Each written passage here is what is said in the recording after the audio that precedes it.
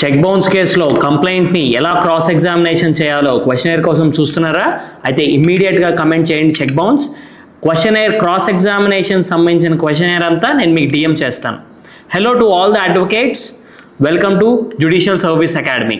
ఓ check bounce కేసులో మీరు defence తరపు నుండి అండ్ మీరు అక్యూజ్డ్ని కాపాడడానికి ఎటువంటి స్టెప్స్ తీసుకోవాలి అండ్ మీరు ఏవేవి ప్రూవ్ చేసుకోవాలి. జనరల్గా ఏంటంటే ప్రతి క్రిమినల్ కేసెస్లో కూడా the burden is on the prosecution. అంటే ఎవరైతే కేసు ఫైల్ చేసి ఉంటారో కంప్లైనెంట్, ద బర్డన్ వచ్చి వాళ్ళపైన ఉంటుంది కేసు ప్రూవ్ చేసుకోవడానికి. కానీ ఒక్క నెగోషియబుల్ ఇన్స్ట్రుమెంట్స్ యాక్ట్లో మాత్రమే బర్డన్ ఎప్పుడూ కూడా అక్యూజ్డ్ మీద ఉంటుంది.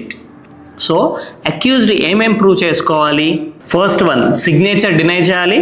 సెకండ్ వన్, మీ యాబ్సెన్స్ని, అంటే ఆ చెక్ ఏదైతే ఉందో మీరు సంతకం చేయలేదు, ఆ టైంలో మీరు వేరే దగ్గర ఉన్నా అని చెప్పి మీరు ప్రూవ్ చేసుకోవాలి. అండ్ థర్డ్ వన్, కంప్లైంట్ని క్రాస్ ఎగ్జామినేషన్లో ఈ చెక్ మీరు సంతకం పెట్టలేదని చెప్పి ఇండైరెక్ట్గా కానివ్వండి డైరెక్ట్గా కానివ్వండి ప్రూవ్ చేయాలి. సో ఈ క్రాస్ ఎగ్జామినేషన్కి సంబంధించిన క్వశ్చన్స్ ఏవేవైతే ఉన్నాయో అవన్నీ కూడా మీకు కావాలంటే ఇమ్మీడియట్గా కమెంట్ చేయండి చెక్ బౌన్స్.